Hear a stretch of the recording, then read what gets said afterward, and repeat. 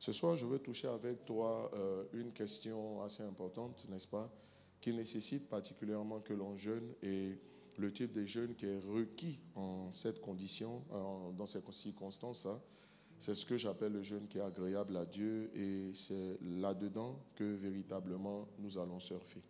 Alors, commençant mon introduction de ce soir, je dirais que la plupart des problèmes persistants de nos vies, les problèmes qui persistent, ça veut dire qui durent, la plupart des problèmes qui semblent ne pas avoir de solution dans nos vies, n'est-ce pas, sont, il faut le noter, dus à ce qu'on appelle des hommes forts.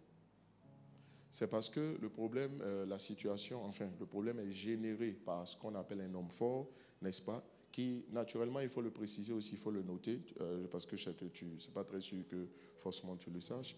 L'homme fort s'appuie sur ce qu'on appelle des forteresses, n'est-ce pas, pour tenir la vie des gens et maintenir dans la durée, le plus longtemps possible, si rien n'est fait, la situation d'une personne, c'est-à-dire au statut quo, n'est-ce pas? C'est-à-dire une situation qui est dans un immobilisme, la situation n'évolue pas malgré tes jeûnes, malgré tes prières, malgré les impositions. Demain, dimanche dernier, si vous avez suivi le message que j'ai donné à Kodesh et que nous avons repris ici, ça, il faut le comprendre. Et si vous êtes intantiné, c'est-à-dire un chouïa un peu avisé, vous allez réaliser que quand vous êtes devant ce genre de situation, il faut comprendre qu'il ne faut pas vous jeter sur le cas pour vouloir chasser un démon. Le problème ne sera pas systématiquement résolu. Je veux juste ouvrir une parenthèse pour dire Jésus a quand même dit déliez-le et laissez-le aller, n'est-ce pas? Voilà, parce que tous les problèmes ne sont pas dus à des possessions démoniaques, à ce qu'on appelle des oppressions démoniaques et à ce qu'on appelle des obsessions démoniaques, n'est-ce pas? Il y a trois activités démoniaques qui fonctionnent de cette façon, mais je tiens à le préciser et je tiens à le noter. Tous les problèmes ne sont pas générés, ne sont pas suscités par des démons qui possèdent des corps. Derrière tous les problèmes, il y a des démons. Mais ce ne sont pas forcément des démons qui, depuis le corps, contrôlent un individu. Les démons peuvent contrôler un individu depuis ce qu'on appelle des forteresses. Et la forteresse, c'est la maison de l'homme fort. Il faut savoir simplement cela. Et quand on dit l'homme fort, tu comprends que l'homme là, il est fort, n'est-ce pas? Donc, ça veut dire qu'il a une certaine consistance. Le mot grec traduit en français par fort signifie il a de la consistance, n'est-ce pas? Il est robuste, la robustesse, il a de la solidité et donc il travaille à maintenir un problème insoluble, c'est-à-dire sans solution pendant longtemps. Ça, il faut le comprendre. Et donc, avant d'aller plus loin, je veux répéter, la plupart des problèmes persistants de nos vies sont créés par ce qu'on appelle des hommes forts. Et dans chaque famille, il y a des hommes forts. Dans chaque environnement, il y a des hommes forts. Dans chaque nation, il y a des hommes forts, n'est-ce pas? Voilà, même les hommes en parlant parlent de régimes forts, n'est-ce pas? S'il y a des régimes qui sont forts, mais à la tête des régimes forts se trouvent des hommes forts. Quelqu'un peut-il dire Amen? Mais lorsqu'on parle d'hommes forts, vous comprenez que ça a une dimension absolument spirituelle et il faut comprendre cela. La deuxième vérité que je vous dis, que je viens compléter, que je viens ajouter, et que j'ai plus ou moins déjà dit, c'est que l'homme fort s'appuie sur des forteresses. Donc, la question que légitimement chacun doit se poser, je ne sais pas, ceux qui sont derrière, avancez si vous n'avez aucune raison d'être derrière. Avancez tous. C'est une instruction ferme que vous suivez. Alors, donc, je disais que, en fait, les hommes forts s'appuient. C'est quoi des forteresses? Il y a trois sortes de forteresses. Il y a ce qu'on appelle les forteresses de l'homme fort, il y a ce qu'on appelle les forteresses mentales ou les forteresses intérieures, c'est-à-dire ce sont des préjugés, ce sont des raisonnements qui ne sont pas les bons, n'est-ce pas? Et toutes ces choses-là, n'est-ce pas? Ce sont des attitudes, n'est-ce pas? Sur lesquelles l'ennemi s'appuie pour nous tenir et pour nous manipuler. Il y a la forteresse de l'homme fort, il y a des forteresses mentales, il y a les forteresses mentales ou intérieures, et il y a des forteresses qui sont générées par des alliances et des autels. Quelqu'un peut-il dire Amen? La notion d'autel s'inscrit dans la logique des forteresses et dans la logique de l'homme fort. Quelqu'un peut-il dire Amen?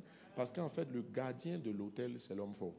Et l'homme fort, quand on parle d'homme fort, on parle de forteresse. Donc, les liens sont donc évidents, spirituellement évidents, entre les forteresses et les autels et toutes ces choses. Quelqu'un dit Amen? Et la base ou le sous-bassement des autels, ce sont des alliances. Donc, il y a des alliances de famille, il y a des alliances démoniaques qui ont été tissées par des individus, soit sciemment, soit inconsciemment. Des individus qui appartiennent, n'est-ce qui sont sous la domination de celui qui s'est engagé dans ces alliances-là, donc qui tient les individus et qui maintient leur vie dans un état ou dans une situation, on va dire, qui n'est pas celle que Jésus veut. Par exemple, le paralytique de la piscine de Bethesda, il était là-bas depuis combien d'années? 38 ans. Ah ben ça, tu ne vas pas me dire c'est un problème de longue date, n'est-ce pas? Ça, à l'origine de son problème, il y a un homme fort. Quand vous prenez le cas du fou de Gadara, il y a un homme fort. Quand vous prenez le cas de la femme qui était courbée dans le temple, depuis combien d'années? 18 ans. Cette femme-là aussi, ce sont des situations, ce n'est pas une situation qui dure depuis 18 jours, 18 mois. Ce sont un problème que vous vivez pratiquement, je ne sais pas, plus de la moitié de votre vie. Ça tient votre vie, ça vous tient, ça vous tient, ça vous tient. Et ça vous tient, et ça vous tient, et ça vous tient. Quelqu'un dit Amen. Alors, il est important de comprendre que, logiquement, si on est dans la pensée du Seigneur, la question qu'il faut se poser, c'est comment est-ce qu'on en sortir? Voilà la question claire. Hein, comment on fait pour sortir, n'est-ce pas, de ces problèmes de longue date, ces problèmes de longue durée? Alors, pour donner la solution, je crois que je l'ai plus ou moins précisé le dimanche dernier. Je vais vous lire un autre passage. OK, on va y aller. Avant d'y aller, donc on va lire le passage de Matthieu chapitre 17, verset 21. Bon, je le mets en avant.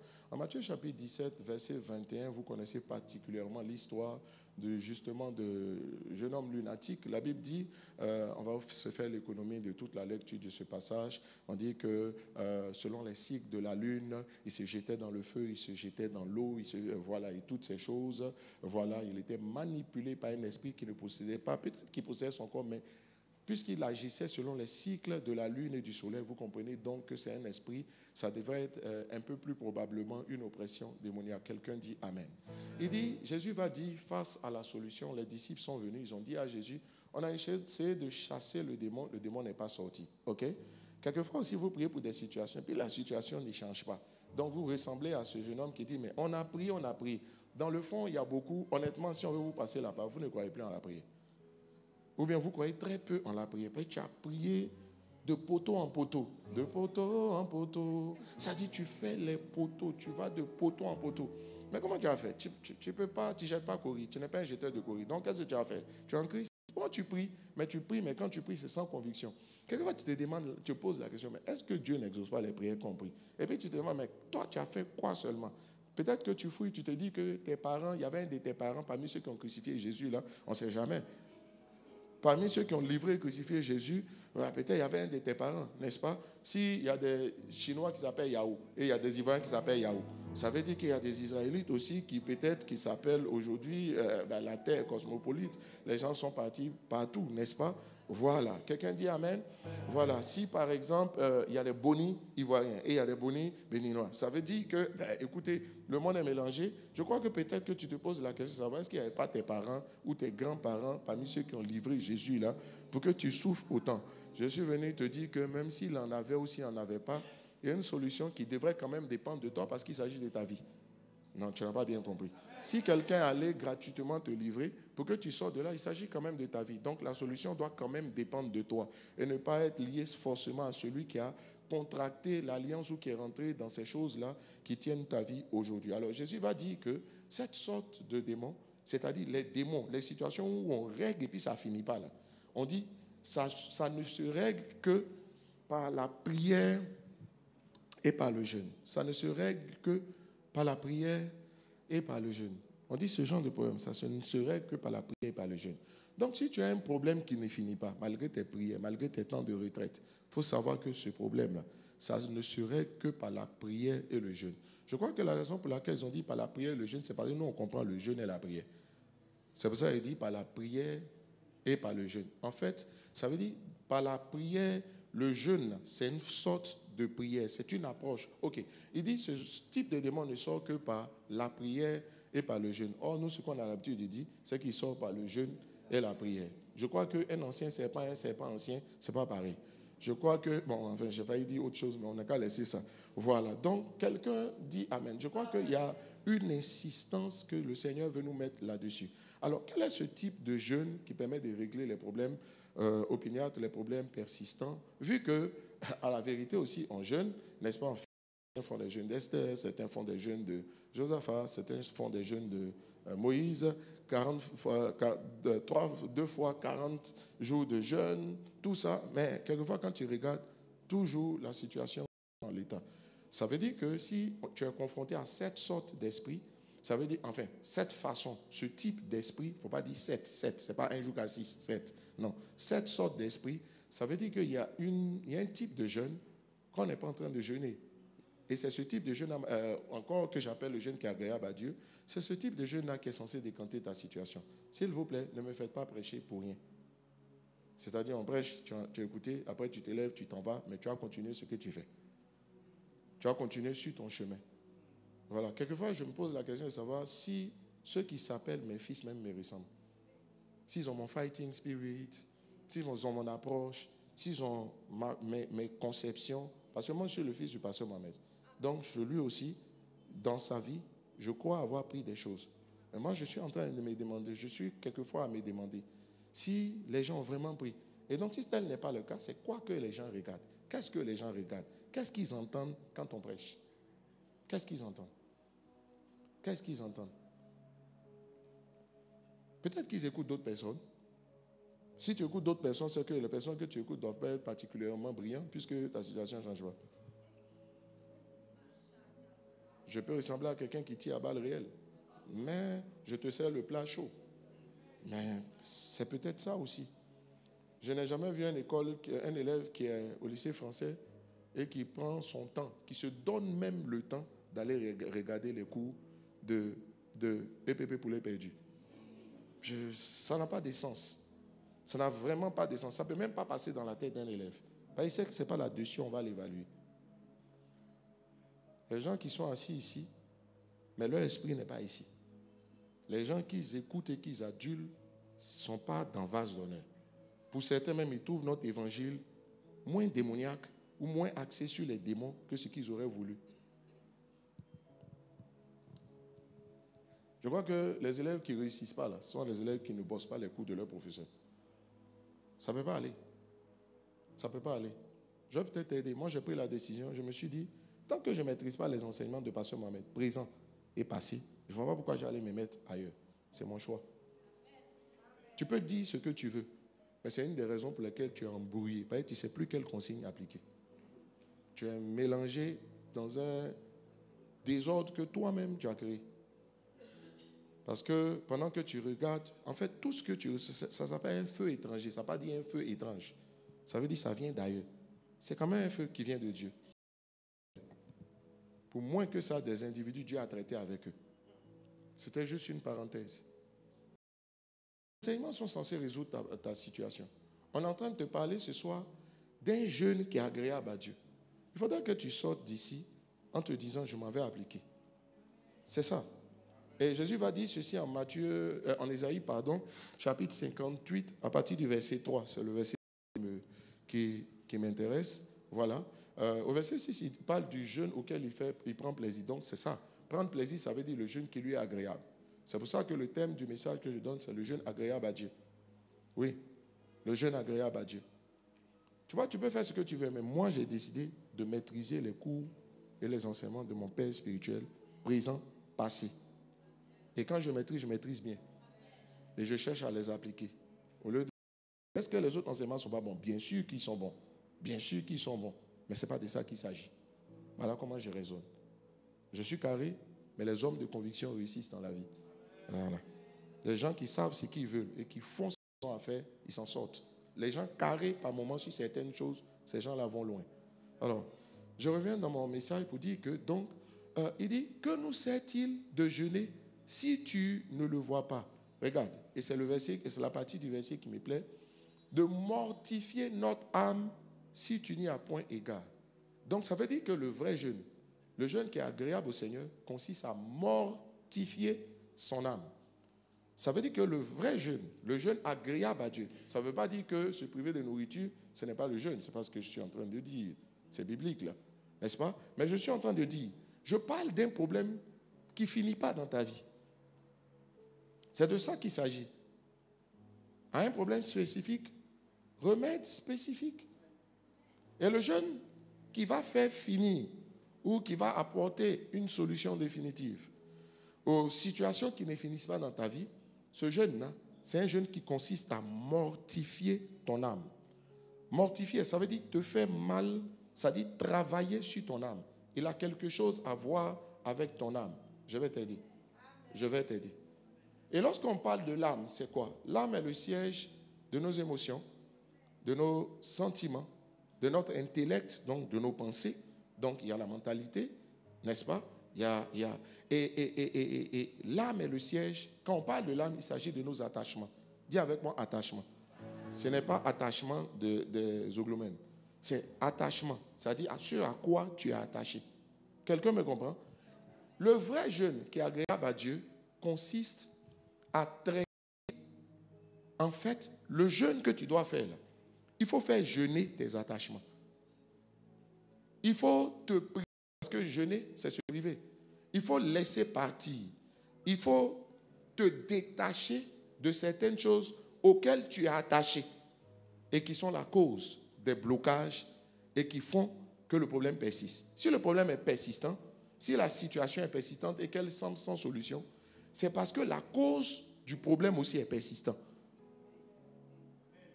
C'est ça que je veux que tu comprennes selon la parole de Dieu. Il y a des choses auxquelles ton âme est attachée, dont tu dois te détacher. Aussi longtemps que tu ne t'es pas détaché. Même si on dit au démon, sors au nom de Jésus, il va partir. Mais le démon là, vous savez, je le dis souvent, si je ne l'ai pas dit, je le répète.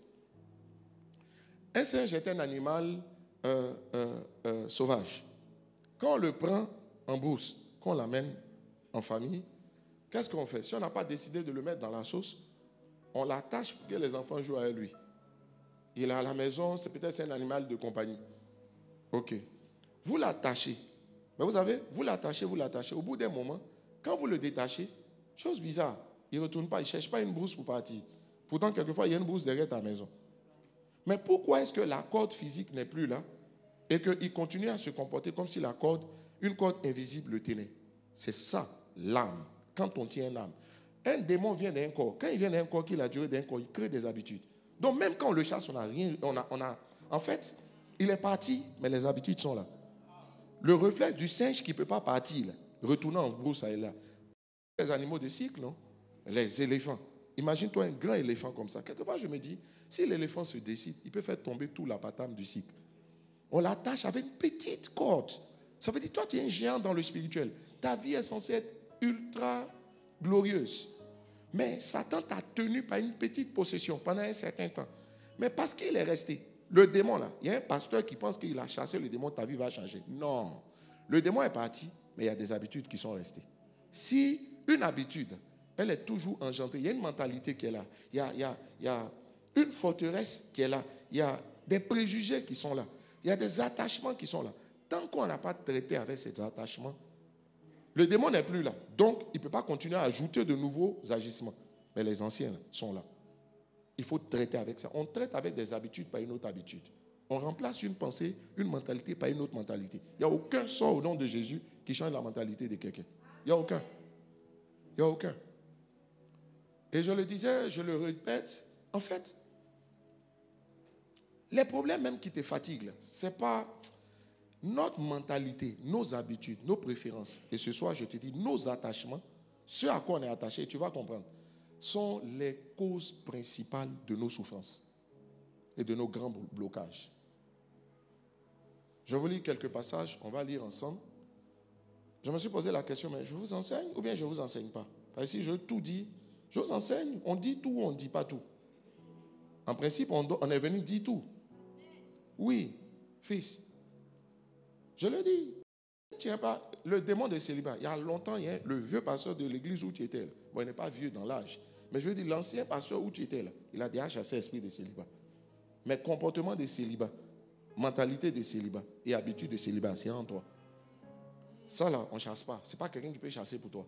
C'est toi-même qui peux traiter avec ça par le renouvellement de l'intelligence. C'est pour ça qu'on ne peut pas te délivrer sans ta permission et sans ta contribution. Ce n'est pas possible.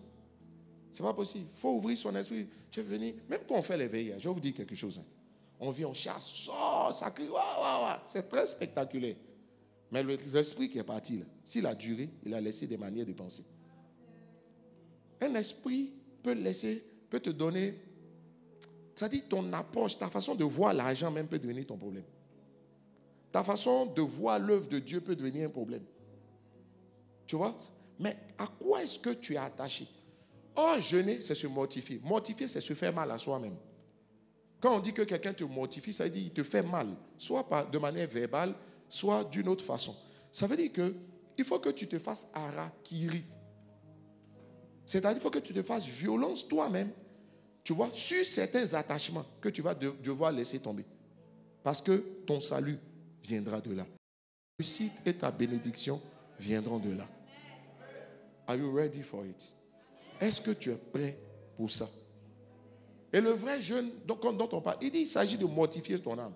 Donc si tu t'es privé de nourriture, que tu n'as pas mortifié ton âme, que tu restes toujours attaché à tes attachements et que tu ne te détaches pas de ce à quoi ton âme, je ne parle pas de ton esprit, ce à quoi ton âme est attachée, fils, tu vas voir que ta vie n'avance toujours pas. Ta vie n'avance toujours pas. C'est ça que je veux. Par exemple, prends le paralytique à la piscine de Bethesda. Est-ce que vous savez que la piscine avait créé une dans les gens qui étaient dans la région? Pour eux, il était inconcevable qu'on ait un miracle sans tomber dans l'eau. C'est ça que Jésus est venu briser. Donc Jésus les a fait jeûner. Il est venu pour les détacher de leur mentalité. Si tu n'as pas sauté dans l'eau et que quelqu'un ne t'a pas mis dans l'eau, tu ne peux pas être guéri. Quand Jésus tombe chez Lazare et puis Marthe, il est venu les faire jeûner. Ce type de démon, écoute-moi, le gars il était mort depuis 4 jours. Hein. Ce type de démon-là, ça ne c'est pas qu'il est pourri. Donc, il n'y avait pas juste à traiter avec pour la résurrection. Là. Pour la résurrection, il faut constituer son corps. Tu vois, il faut d'abord constituer son corps. D'abord même reconstituer son corps, enlever la pourriture. Le travail est trop compliqué. Jésus est venu pour leur dire que vous attendez la guérison. Mais il y a mieux que la guérison. Il y a la résurrection. C'est-à-dire, il était venu pour les faire jeûner. Quelqu'un dit, mais ils ont fait combien de jours de jeûne? Et puis tu dis, ils ont jeûné. Qui t'a dit que c'est une affaire de jours de jeûne d'abord? Ce n'est pas une affaire de jours. C'est de quoi est-ce que tu te prives? Je vais t'aider avant de tomber sur les points essentiels. Si tu es très attaché à ton téléphone et à Internet, tu peux faire un jeûne de téléphone. Oui. Parce que tu te détaches. Il y a des gens, quand tu arrives dans des endroits, dans les vrais hôtels, je ne parle pas des vrais hôtels, dans les endroits où tu t'en vas pour le dépaysement. Si tu vas dans les coins, dans les vrais coins, il n'y a pas Internet dans les chambres. Tu sais ça? Ils ne mettent pas Internet dans les chambres. Il y en a dans la cour, mais pas dans les chambres. Parce qu'ils se disent que quand tu arrives, tu es venu pour le dépaysement, il faut que tu enjoy avec peut-être ta femme avec qui tu es venu, avec ton mari avec qui tu es venu. Je ne dis pas ta copine, avec ta femme avec qui tu es venu, ou bien ton mari. Il faut que vous preniez. Donc, Internet va venir gêner votre love. Est-ce que vous savez que quelquefois, Internet gêne ton love avec Jésus? Oui. Et je vais vous lire un passage. Vous allez comprendre pourquoi il parle de mortifier ton âme. Mortifier, se priver. À quoi es-tu attaché? Il y a une chose ou plusieurs choses auxquelles tu es attaché dont tu dois te priver. C'est ta capacité à te priver de ces choses auxquelles tu es attaché. C'est ça que Dieu aussi appelle le jeûne. Même si tu n'as pas pris 3 jours.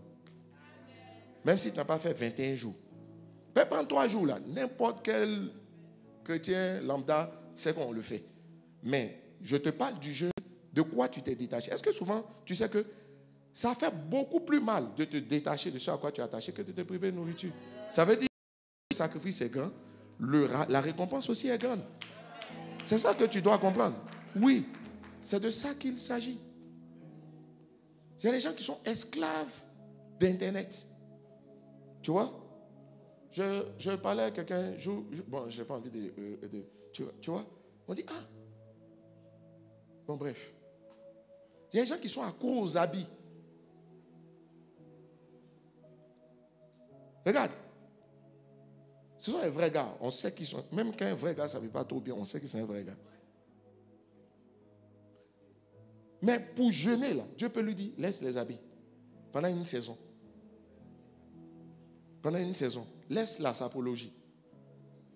Ou bien, si tu es un sapologue, laisse les habits. Est-ce que les habits sont mauvais? Non. Mais le problème, c'est que toi, tu es attaché à ça. Est-ce que l'apôtre Paul dit ceci en Philippiens chapitre 3, à partir du verset 3 jusqu'au verset 7. On peut y aller. Philippiens chapitre 3, à partir du verset 3. Il dit, donnez-moi particulièrement le verset 7 avant qu'on ne redescende. Donne-moi le verset 7. Philippiens chapitre 3, verset 7. Il dit, mais ces choses qui étaient pour moi des gains.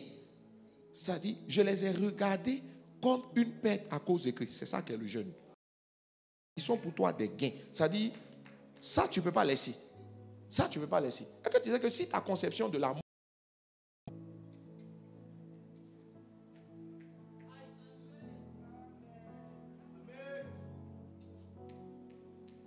il dit Christ c'est ma vie. Même l'amour. Il y a des gens, tu vois, ils sont attachés à la vie jusqu'à fatiguer.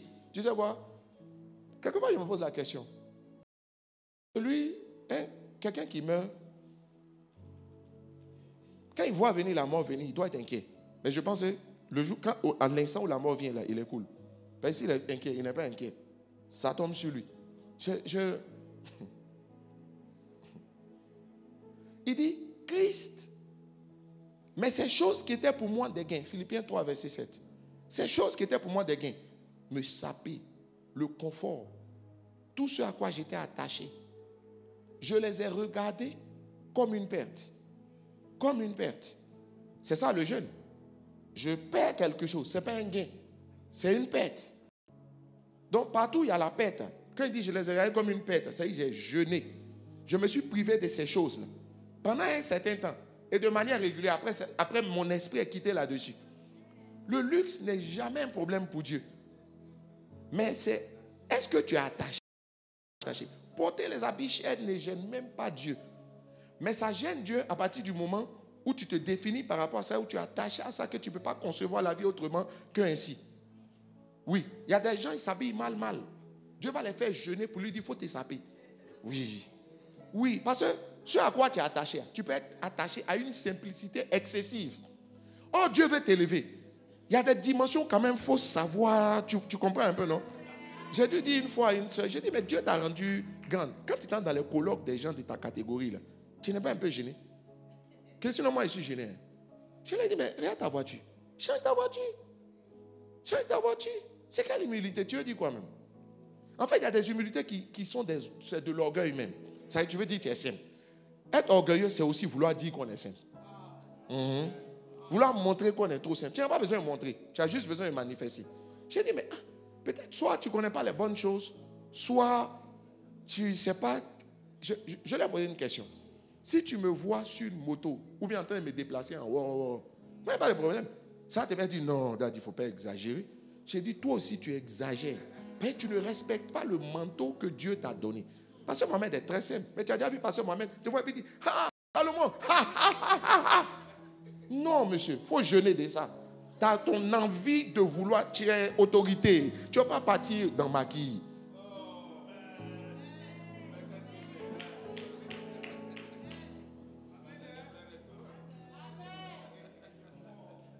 Oui. Tu vois, si tu es attaché à la business class, que tu ne peux pas aller dans nos classes, c'est un problème. C'est un problème. Mais imagine-toi, tu vas aller voir, une autorité du pays. Je ne parle pas de la Côte d'Ivoire. Je parle du Gondwana. Une autorité, ministre, le premier ministre, tu le vois, il est assis dans l'avion en classe éco. Les gens même vont l'empêcher de voyager normalement. Je ne sais pas si tu me comprends. Ce n'est pas une affaire d'orgueil. Ce n'est même pas une affaire de position. C'est-à-dire il faut respecter le manteau aussi que Dieu t'a donné. Quelquefois aussi, dans l'autre. Tu vois, tu dois te détacher de ta manière à vouloir être simple. C'est-à-dire il y a une simplicité qui est de la banalisation. Ça, il ne faut pas tomber dans ça. Il y a des principes protocolaires que tu dois quand même respecter. Je m'excuse, mais la porte de la présidence ne peut pas être ouverte à tout le monde. Oui, c'est une institution. L'Assemblée nationale, on peut prendre nos enfants et aller visiter. Mais ce n'est pas là-bas que vous allez jouer au billes. Ce n'est pas là-bas. Ça dit, c'est une faute. Jeûner qui va faire finir les problèmes qui durent. Ça consiste à laisser tomber. Tu es attaché. Quelquefois, tu es trop simple jusqu'à même tu ne t'entretiens pas. Il faut jeûner. Ton jeûne sera entretien toi. Ça cause ça, ton foyer en difficulté. Tu n'es pas agréable. Oh, Madame Tiza, elle ne s'amuse pas. Elle fait sport. Toi, tu ne fais pas sport. Elle se dit que son teint pâle. Ses cheveux sont bien. Ce n'est pas parce que tu peux mettre perruque devant nous. Mais quand tu enlèves perruque, ça sent en bas. Si ça sent, ça devient un problème. Toi aussi, tu es un garçon, il y a des odeurs sur toi. Il faut jeûner. Ça veut dire qu'il faut aller te laver. Ton jeûne, là, ça veut dire qu'il faut être propre. Mais ce n'est pas que tu n'es pas propre, qu'il y a des gens qui veulent te bénir ou bien qui veulent s'approcher de toi, qui ne s'approchent pas de toi. Oui. Oui. Oui. Oui. La parole fait-elle du bien? Là, je ne peux pas exagérer. Frère, est-ce que tu sais que si tu jeûnais d'Internet, tu allais tellement prier et tellement monter de niveau spirituel? Oui. Le téléphone est un vrai ennemi. Hein? C'est un atout, c'est un allié, mais il peut devenir un vrai ennemi dans la vie de consécration. Plus que les démons. Ils vont t'amener. Et puis tu regardes le système d'Internet. Il faut aller sur TikTok. Tu as fini ta vie là. C'est-à-dire, ils vont t'envoyer d'un poste à un poste. Tu dis, non, ça c'est la dernière vidéo. Quand tu te rends compte, tu as aligné 5 autres. Après, quand tu finis, tu dis, je n'ai pas le temps pour prier. Il va falloir que tu jeûnes. J'ai remarqué que les gens très importants ne sont pas rattachés aux réseaux sociaux. Ils sentent que c'est un voleur terrible de temps. Oui. Pour chercher Dieu. Tu ne peux pas chercher Dieu. Regarde, ton problème est trop compliqué. Maman, ça dit, quand tu sens que... Il faut savoir de quelle famille tu sors. Hein. Si tu sais que dans ta famille, les gens ne jouent pas et puis on ne vit pas longtemps, il faut prendre tes dispositions. Il faut prendre tes dispositions. Tu vas venir t'arrêter et puis faire comme... Toi, tu vois, Charles, il va... Je connais quelqu'un. Est-ce que tu le connais? Mais Charles, dans sa famille, c'est relax. Jésus les bénit, ils avancent. Toi, pour qu'on devienne instituteur, même il faut, ça dit, c'est trop compliqué. Pour qu'on se marie, c'est trop compliqué. Toi, tu vas venir avoir le comportement de quelqu'un qui n'a pas de problème. La manière dont les gens marchent, ça dépend de ce qui te poursuit. Ce qui te poursuit, là. Tu sais d'où tu viens au moins. Tu sais de quelle famille tu viens. Est-ce que tu sais de quelle famille tu viens?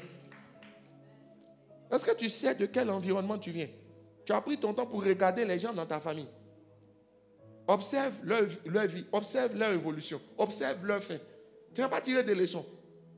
Au lieu de te lever pour venir te concentrer, pour te consacrer au Seigneur, parce que la vie en Christ est une ville de refuge. Oui, on dit que dans la ville de refuge, le vengeur de sang ne pouvait rien.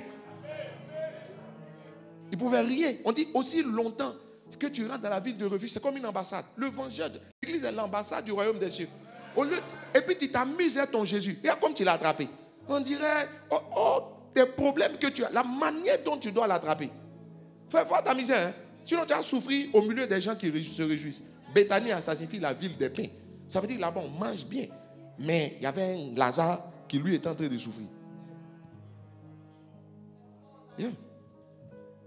Voilà. Les gens ont l'impression que nous tous avons le même problème. On n'a pas le même problème. Hein?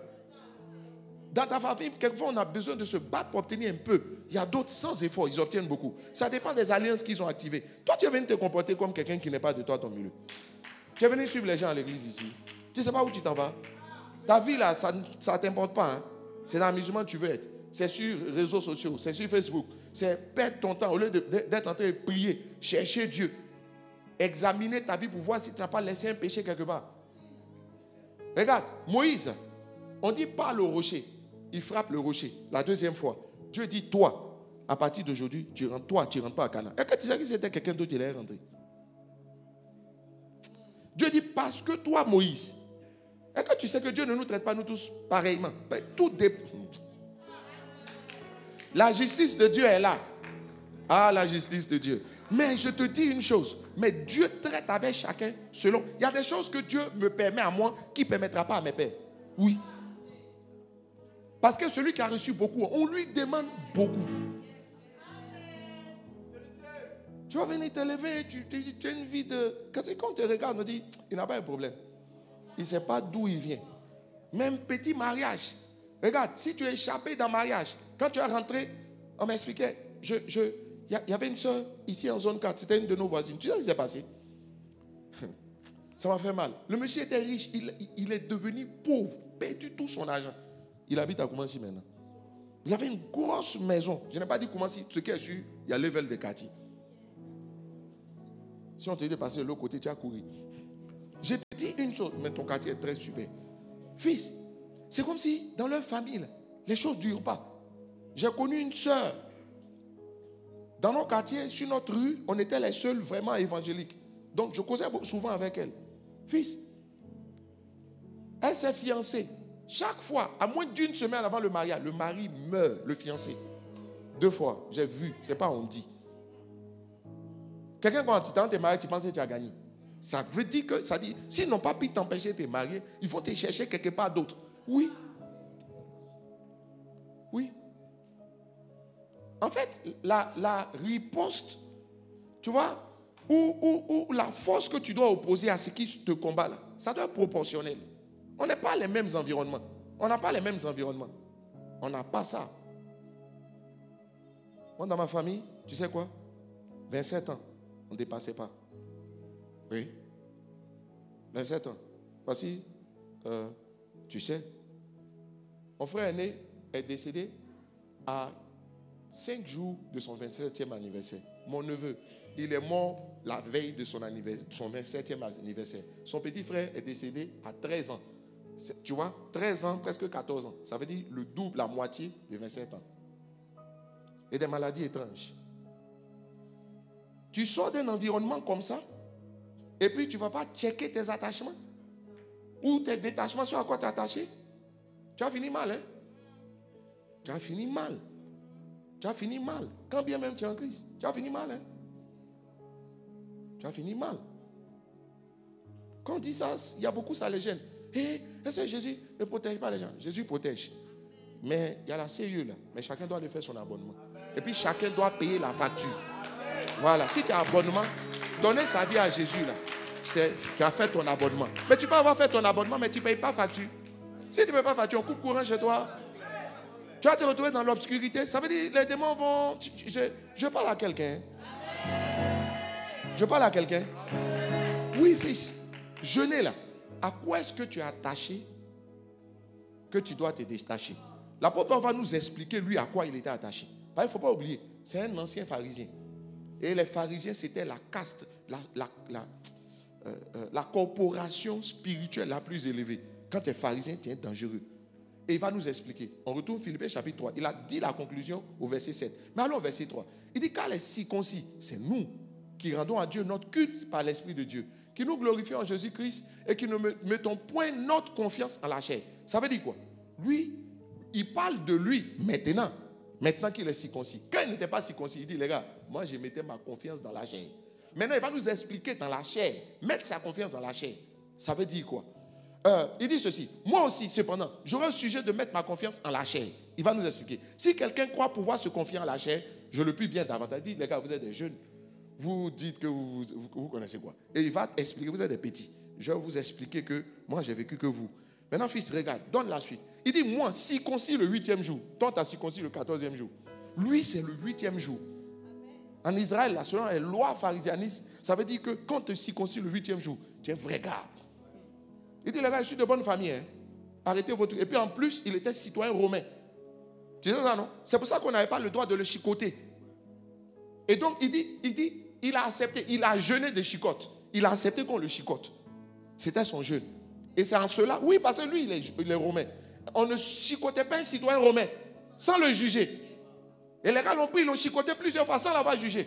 Un jour, il dit, oh, ça en est trop là. Écoutez, vous ne m'avez pas encore, je suis citoyen romain. Tu vois, il est en train de t'expliquer. Mais tu vois, pourquoi il dit les choses qui étaient des gains? C'était un gain qu'en tant que citoyen romain, on ne le chicote pas sans l'avoir jugé. On ne le condamne pas sans l'avoir jugé. Il dit, j'ai renoncé à ça. Je me suis détaché de ça. À cause de Jésus. À cause de Jésus. C'est son jeûne. C'est pour ça que l'apôtre Paul, aucun démon ne le moyennait.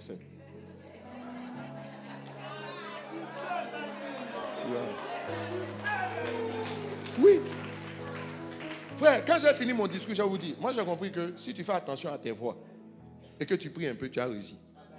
C'est pas si tu pries beaucoup. Non, si tu fais attention à tes voix, que tu pries un peu, tu as réussi. Même un peu. Même un peu. Même un peu. Mais on va prier beaucoup parce qu'on aime dans la présence du Seigneur. Tout ce que nos pères nous inspirent. Ça veut dire que nous, on pensait que tout était une affaire de prière. Mais ils ne sont pas contre la prière. Comment on peut être contre la prière? Mais ils sont en train de nous dire, les gars, où vous avez mis la prière? Il n'y a pas que ça. Et il continue encore. Il dit, je suis de la tribu de Benjamin. Toi, tu ne sais pas. Benjamin, Saül vient de Benjamin. Donc, c'est la tribu royale. Avant que Judas ne prenne le contrôle. N'est-ce pas? Mais il dit, les gars, attendez. Hein. Moi, je suis royal. Je suis de bonne famille. Qu'il y ait des gens, vous êtes au quartier si vous voulez parler. Quand les gens parlent, vous aussi vous parlez. C'est l'apôtre Paul qui parle. Il dit, mais que vous là, vous dites quoi? Ça quoi Jésus, je ne sors pas mes références. Hein. Ça veut dire quoi? Ce à quoi tu peux être attaché, ce sont tes origines. Tu vois, tes origines familiales. Ça, tu ne joues pas ça. Ça, tu es trop attaché à ça. Tu vois, non? Et puis, tu vois ça comme une proie arrachée. Enfant de bonne famille. Enfant de bonne famille, enfant de pauvres. C'est que nous tous, on est dans l'avion. Et puis, on est dans la classe où toi, tu es. Maman, est-ce que je me fais comprendre? Donnez-moi amen que j'avance. Il continue il dit, je suis hébreu, né d'hébreu. Quant à la loi, ça dit, moi, je ne suis pas mélangé. Je ne suis pas ou bien où. Je ne suis pas où. Je suis hébreu d'origine. Je ne me suis prévalu d'aucune autre nationalité. Je suis hébreu d'origine. Il dit, quant à la loi, je suis pharisien. Vous êtes qui? Tu vois, non? Ce sont les gens qui sont fiers de ce qu'ils sont là. Il dit, les gars, j'ai des références. Hein. Mais tout ça, je vois ça, tout ça, c'est quoi? J'ai jeûné de ça. C'est pour ça qu'en tant qu'apôtre, vous voyez que Dieu m'élève autant. Oui. Qu'est-ce que tu as laissé? À quoi est-ce que tu étais attaché que tu as dû laisser? À cause de Jésus. Qui faisait ta fierté. Et qui faisait... Quelquefois, ce sont tes diplômes. Hein? Toi, tu n'as pas fréquenté à Institut National des déshérités en sciences. Je ne sais pas moi. Non, fils. Il a fait Polytech. Qu'est-ce que tu dis? Toi, tu dis quoi? Papi, il connaît. Et puis, il veut qu'on sente qu'il connaît papier. Si toi, il ne connaît pas, c'est ton affaire. Mais lui, il connaît papier. Et puis, il regarde ça, son jeune. Et que tu sais que c'est à cause de son connaître papier. C'est à cause de ça que Dieu ne lui donne que ce qu'il mérite. Parce qu'il prend les gens de haut. Et puis, il estime que, quand il voit les gens de haut, il vaut quoi? Il vaut quoi? Donc, tout ce que tu vas recevoir, tu vas devoir valoir la chose avant que je ne te donne. Or, si la grâce n'existe pas, on est fini. Donc, voici le gars, il va se priver de la grâce. Et la forteresse, l'homme fort va utiliser ça pour tenir sa vie. Quel est le nom de ce démon? Pourquoi on cherche à vouloir? Je ne sais pas si tu me comprends. Il y a d'autres, elle est jolie. Elle sait qu'elle est jolie. Elle sait qu'elle est dure. Ça cause ça, c'est dessus elle s'assoit. Ça dit, quand elle voit là, quand vous pensez que vous avez quelle beauté même. Tu vois, les gens qui sont jolis par le temps, elle est jolie. Elle a visage, elle a forme, elle a teint. D'accord? Tu n'as rien, tu veux parler devant les gens qui ont les choses. Tu vois un peu? Et puis, est-ce que tu sais qu'à cause de cette pensée-là, la porte du mariage peut être fermée d'une manière? Oui. Si c'était la plus jolie qui s'est mariée, c'est que depuis toi, tu étais marié. Oui. Si c'était les plus intelligents, qui avaient les postes, c'est que les Steve Jobs, ça n'allait jamais créer Apple qu'on utilise. Hein? Yeah. Je parle à quelqu'un ici. Amen. À quoi est-ce que tu as attaché, que tu as dû te détacher à cause de Christ? C'est ça qui est ton jeûne. Donc, pendant que tu... Je n'ai pas fini. Il dit, quant aux zèles, persécuteurs de l'Église, il dit, irréprochable à l'égard de la justice de la loi. C'est dangereux. Mais ces choses qui étaient pour lui des gains, je les ai regardées. Qu'est-ce que tu as laissé? À quoi est-ce que ton âme a attaché? Que tu as dû laisser? Quand je vois Après Boris, c'était un boucantier avant. Il aimait faire malin, l'homme d'habit, mais quand il parlait, il va se concocter. Ou bien c'était quoi son mot là même?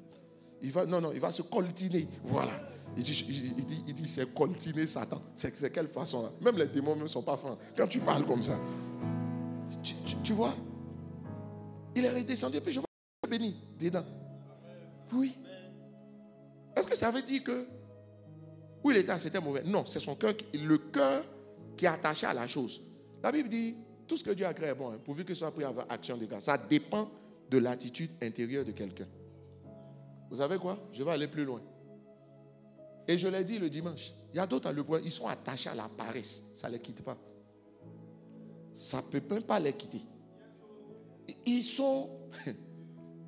La Bible dit, celui qui se relâche dans son ouvrage est ami de celui qui détruit. Et quand j'ai à l'église, j'ai dit, mais il doit y avoir des champions paresseux ici.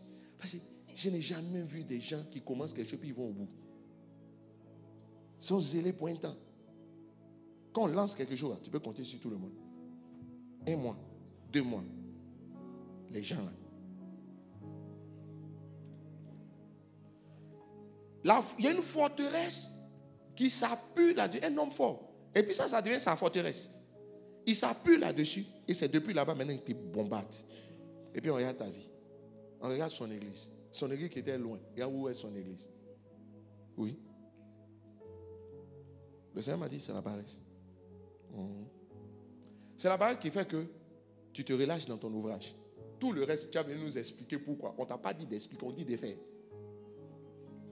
Au moment où on dit d'expliquer, tu veux venir nous expliquer, tu veux venir faire. Il y a d'autres aussi que j'ai observé. Tu leur dis, fais ça. Même si tu ne contrôles pas, ils vont faire. Jusqu'au bout. Tu penses que tu auras leur niveau. Parce que tu pries beaucoup. Mais la forteresse qui te tient ne te tient pas parce que tu ne pries pas. Elle te tient parce qu'il y a une porte. L'homme fort qui te maîtrise, il y a une porte. La Bible dit que la plupart du temps, la pauvreté est associée à la paresse. Tous les versets de la Bible. Tu sais pourquoi beaucoup n'ont pas beaucoup? Plusieurs ne reçoivent pas de Dieu beaucoup. En Matthieu chapitre 25, on dit Dieu a donné à chacun 5 talents, 2 talents, 1 talent, chacun selon sa capacité. Ça veut dire que c'est ce que tu peux gérer là. C'est ça que Dieu t'a donné. Pourquoi? Si tu peux gérer plus grand, Dieu va te donner plus grand. Mais toi, tu veux faire effort pour gérer 3 seulement. Lui-même, on a donné, à qui on a donné 1 talent, mais il était à l'aise avec. Il dit, tu m'as donné 1, j'ai gardé 1. Les gens qui savent juste conserver ce qu'on leur donne, ils ne savent pas le multiplier. Il n'y a pas autre chose. C'est la paresse. Regarde ce que Jésus va dire. Jacques chapitre 4, mais ça à partir du verset 3. Je vais te lire et tu vas comprendre. En fait, même le développement de mon message, je n'ai pas bien rentré là-dedans. Mon passage de Luc chapitre 9, là, je vais revenir, ça n'a rien à voir avec ce qu'il a dit dimanche. C'est mon message actuellement, l'indémodable passage. Il dit, vous demandez, Jacques 4, 3, et vous ne recevez pas parce que vous demandez mal dans le but de satisfaire vos passions. Tu vois, non? Ça veut dire que votre âme est tellement attachée à certaines choses. C'est la raison pour laquelle quand vous demandez à Dieu, là, Dieu ne vous donne pas.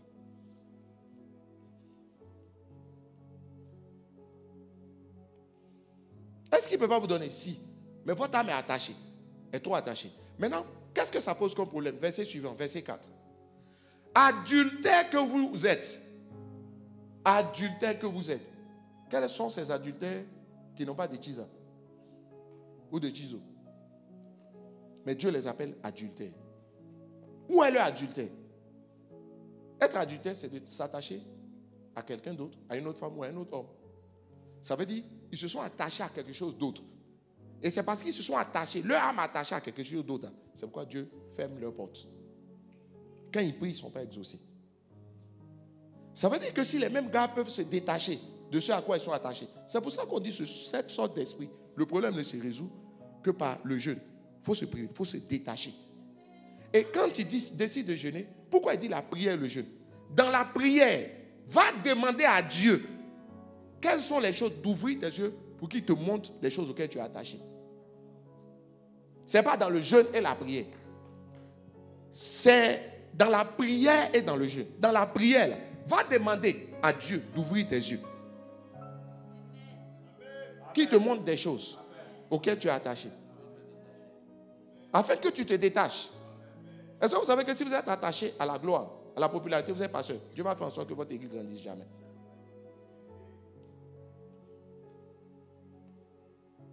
La Bible dit, celui qui s'élève sera abaissé. Si vous êtes c'est l'orgueil. Si tu es attaché à l'orgueil, tant que tu n'es pas devenu humble, Dieu va te faire jeûner. Tu vas faire jeûne d'orgueil. Enfin, ce n'est pas le jeûne pour l'orgueil. Jeûne de privation de l'orgueil. Aller à l'humilité. Et puis, ça veut dire que dans la prière, va pleurer devant Dieu. Ben, tu es attaché. On ne peut pas se détacher facilement. C'est pourquoi ce n'est pas dans le jeûne et la prière, c'est dans la prière et dans le jeûne. Oui. Oui. Je l'ai dit le dimanche. Hein. Les nouveaux éléments, je vais les toucher. Je suis en train même de les toucher. Il y a d'autres, c'est une faiblesse mentale extraordinaire. Ça dit que ils sont faibles mentalement. Ce n'est pas des combattants. C'est ce que j'ai compris là. La vie chrétienne là, on est en guerre. Pendant qu'on avance, il y a d'autres qui ont tombé. Oui. Un jour, ce sera l'un parmi nous. Mais c'est qu'ils n'ont pas fait de guerre. Pendant qu'on avance, on tombe, ça dit, et puis je vois un peu la guerre en Ukraine. Je vois les unités spéciales, les régiments particuliers. Tu vois, non? Unité Azov ou bien quoi là. Les gars sont bloqués à Mykolaïv. Quelque part là-bas, tu vois un peu, et puis ils sont dans leur coin. Ça dit, on ne peut pas, ils sont là, c'est dur, c'est compliqué. On envoie des drones, ça tape ici. Pendant qu'ils sont en train d'avancer, ils manquent de nourriture, on les a assiégés. Ces gars, ils sont dedans. À un moment donné, on les a fait prisonniers. Ils savent qu'il y a toujours de l'espoir. Quand il y a la guerre, il y a toujours échange de prisonniers. Ils se voient comme des gens qui vont sortir parmi les prisonniers qui seront échangés. Ça dit, ils se disent qu'il va y avoir une issue. Il va y avoir une issue. Oui, leur esprit est préparé à tout. Leur esprit est préparé à tout.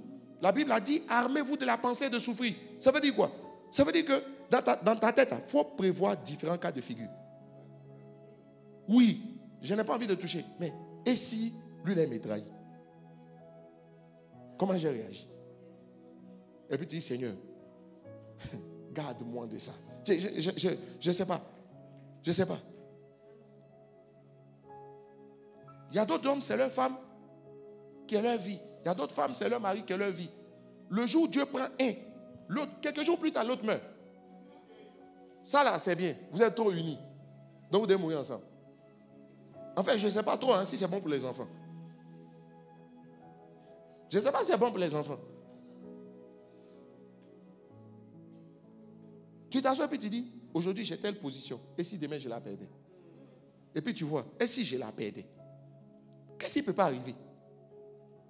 Qu'est-ce qui ne peut pas arriver dans ce monde? Qu'est-ce qui ne peut pas arriver? Tout peut arriver. Dieu nous garde, mais tout peut arriver. Hein? Ça dit que pourquoi Pierre a dit à Jésus, à Dieu ne plaise, tu ne mourras pas. Mais laisse-moi te poser la question, fils. Comment tu pouvais imaginer Jésus le Sauveur mourir? Et puis, il allait être tué par des gens que lui peut neutraliser. Pierre dit non. Il dit oublie ça, maître, ou laisse tomber. Il faut laisser ça. On va parler d'autres choses. Tu vois un peu? Mais pourquoi Jésus les sondait? C'était pour préparer l'esprit pour dire, les gars, ce que vous ne voulez pas voir, ça peut arriver. Si ça arrive, on fait comment? C'est ça, avoir le mental. Ça veut dire, tu t'assois. Maintenant, pour d'autres jeûner, là, ça veut dire, ça va être faire monter leur mental. Le jeune homme riche, il était attaché à l'argent. C'est pourquoi Jésus dit, va vendre tout et puis donne aux pauvres. Et quand tu sais que si tu es trop attaché à l'argent, il y a d'autres qui pensent que pour devenir riche, il faut beaucoup économiser. Donc, ils n'aiment pas donner. Et que tu sais que Dieu peut te dire, j'ai vu, le Seigneur m'a dit, il dit, c'est à ceux-là, la plupart du temps, j'ai dit, va vider ton compte pour envoyer. Va vider ton compte, c'est un jeune. Va vider ton compte. Ce n'est pas un pasteur qui t'a dit, ou un prophète. Hein. Bon, souvent, c'est le prophète qui dit ça. Mais toi-même, tu pries et puis Dieu dit, va vider ton compte. Ta recette des mois, là, va s'aimer. Tu as dit, et mes enfants, et ma femme, on va manger comment? Il dit, prends tout. Quand tu vois les choses, c'est pas Dieu en train de te dire, tu es attaché à l'argent.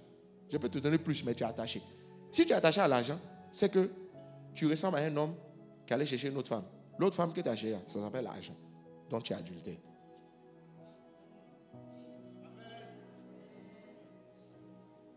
La Bible dit, les adultères n'hériteront pas du royaume. Il faut bien regarder. On a dit de Dieu ou des cieux? Pardon, vérifie-moi. Parce que le royaume de Dieu, le royaume des cieux, ce n'est pas pareil. C'est ça, non? Le royaume de Dieu, c'est l'influence. Le royaume des cieux, c'est la providence. Il a dit quoi? Où il dit les adultères n'hériteront pas.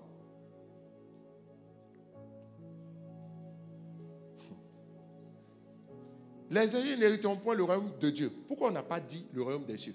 Ça veut dire Dieu ne va pas les faire régner. Tu aurais pu, ton influence sera moindre sur la terre, alors que tu aurais pu être plus. On n'a pas dit royaume de Dieu, des cieux. On dit de Dieu. Ça va rien. Si tu ne sais pas. Royaume des cieux, ça veut dire aller au ciel. Royaume de Dieu, ça veut dire régner sur la terre. Ça veut dire sur la terre. Si tu devais à tel niveau, tu vas être ici. Tu devais être ici. Tu vas être ici. Parce que tu es adultère. Quand on demande adultère, il dit, mais j'ai cherché la femme de qui? Tu es attaché à une autre femme ou à quelqu'un d'autre. Tu sais à qui tu es attaché? Money. L'argent. Et tu sais que si tu aimes trop le luxe, et puis tu es dangereux, Dieu va dire, ok, va, cette fois-ci, voilà un classe éco.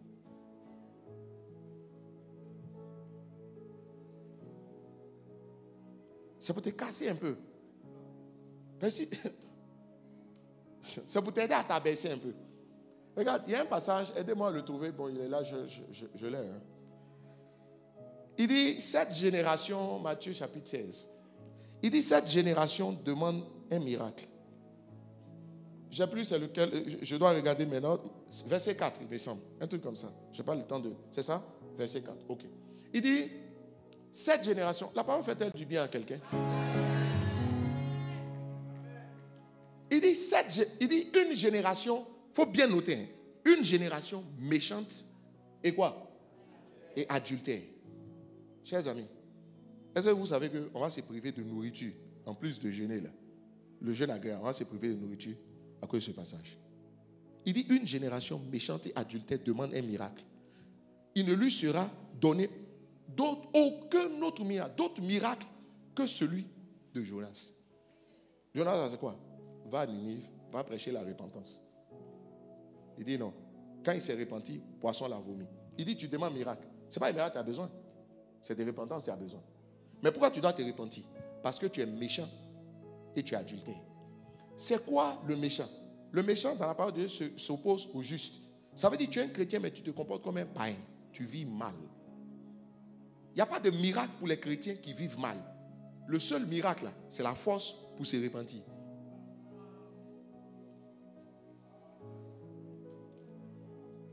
Est-ce que Lamine Yamal a besoin de prêcher? Bon, il peut prêcher.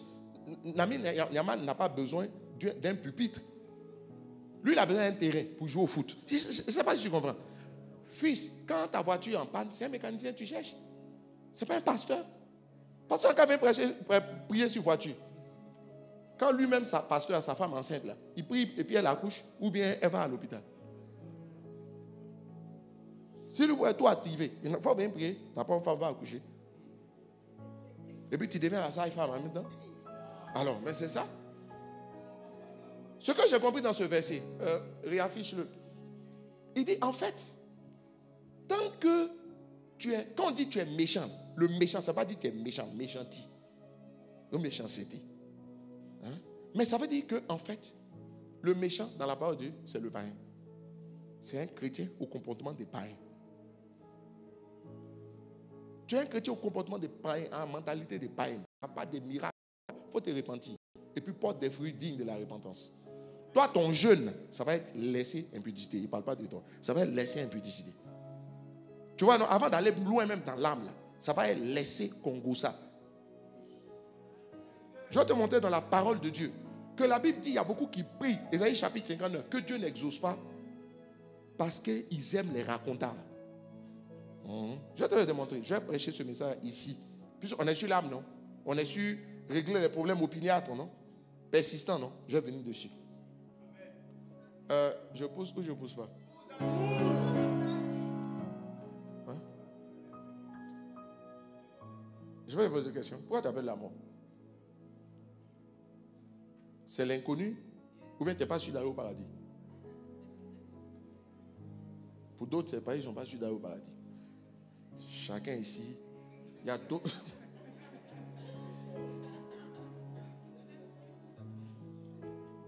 Il dit, tu n'as pas fini quelle mission? Toi-même, ta propre mission dans ta propre vie. Tu t'es même pas impacté toi seul. Toi-même, toi et puis... Vraiment. Fils. Il dit, ramène-moi, il dit une génération méchante et adultère. Il dit adultère. Il dit, vous êtes attaché à tellement de choses plus qu'à Dieu. Il dit, voici le problème. Que chacun expérimente le miracle de Jonas. Pourquoi on parle de miracle? C'est un miracle parce que Jonas ne voulait même pas aller à Ninive. Qu'il soit allé là, c'est un miracle. Je ne sais pas si tu comprends. C'est un miracle qu'il soit retourné. Mais comment il est retourné? Dieu dit quelque chose. Dieu est rentré dans ses côtes. Quand Dieu est bien rentré dans ses côtes, il dit, sans prière ou passion d'un pasteur, il dit, il m'en va à Ninive. Dieu dit, si tu n'as pas fait ça doucement, il va tomber sur toi en bris. Pas Joe dans toi, tu vas voir.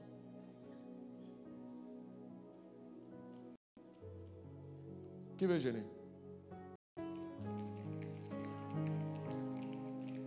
Faut pas que tu vas venir ici pour dire maintenant, Daddy dit jeûner, on peut manger. Oh Dieu. Kayaba Soparada Yasufa.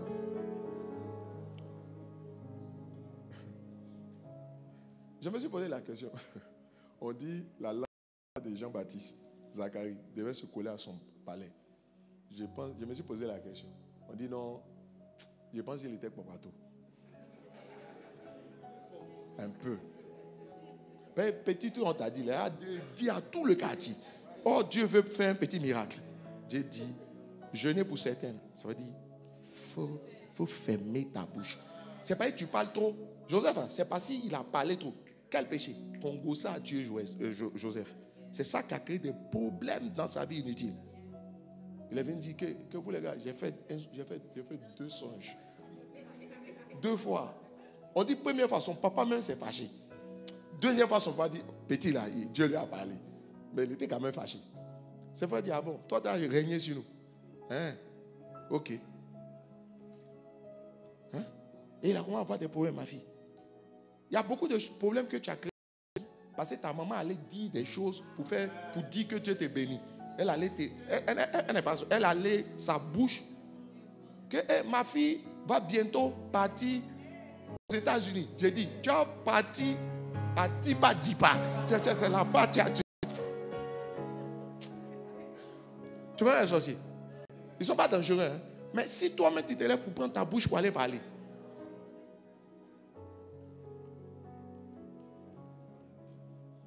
Que oui, tu viens, vous prenez photo, vous mettez vos photos avec vos enfants sur Facebook. Même sorcier sait que pour avoir révélation, il faut qu'il aille sur Facebook. Les photos que tu montes chez toi à la maison. Je m'excuse. S'il y a des gens physiquement qui sont allés en prison à cause des réseaux sociaux, dans le spirituel, il y a des sorciers aussi qui t'envoient en prison. Ça dit, tu dis tu as l'argent. Ok.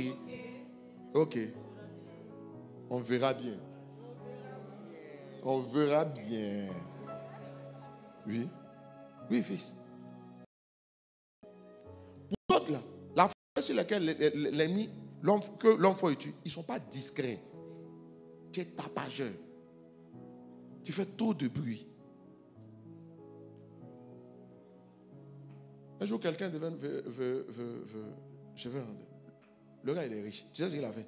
Il a garé sa voiture derrière, puis il a marché pour venir. C'est un vrai riche. Il est milliardaire. Mais tu sais quoi? Il a laissé sa voiture loin. Toi. Et les services et la sécurité qui sont dehors. C'est le bon endroit. Il faut qu'on même on te garde quelque part.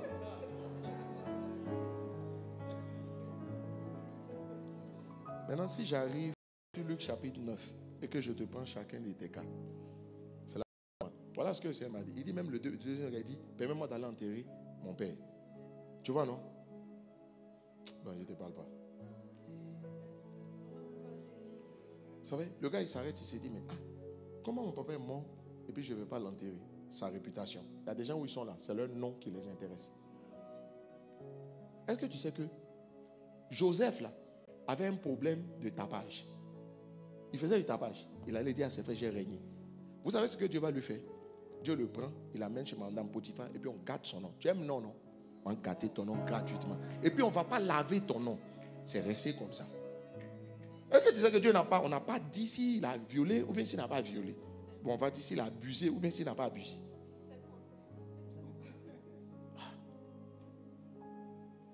Je ne sais pas si tu comprends. C'est quelquefois tu dis non, Seigneur, pourquoi tu permets qu'on gâte mon nom? Parce que depuis là, tu ne voulais pas jeûner. Je t'ai fait jeûner. Gâtage de nom que je permets là. C'est pour que tu jeûnes et que tu sois délivré. Et que, non, je ne sais pas. Oui. Tu dis en ton nom. Tu poses un acte. Est-ce qu'il faut être un gars qui ne fait pas attention à sa réputation? Je ne sais pas ce que je parle. Mais tenir à ça au point que, c'est-à-dire, ah non, moi je n'aime pas qu'on gâte mon nom. Ton nom sera gâté quelquefois.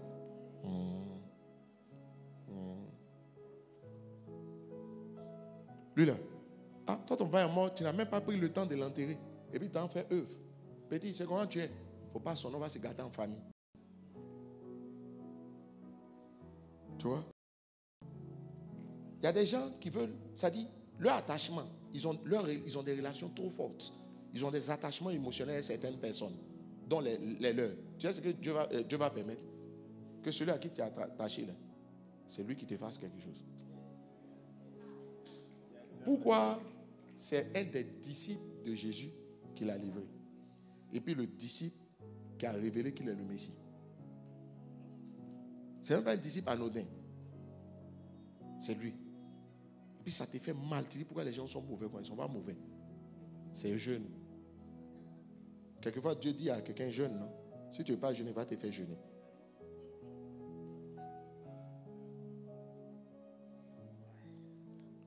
Mais je ne vais pas aller plus loin.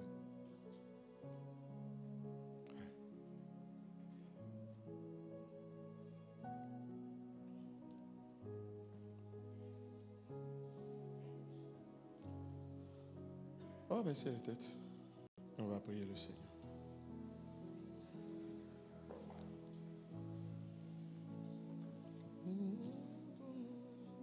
Élève la voix et prie le Seigneur.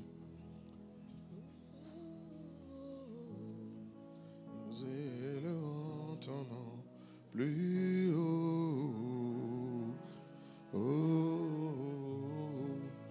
Nous élevons ton nom plus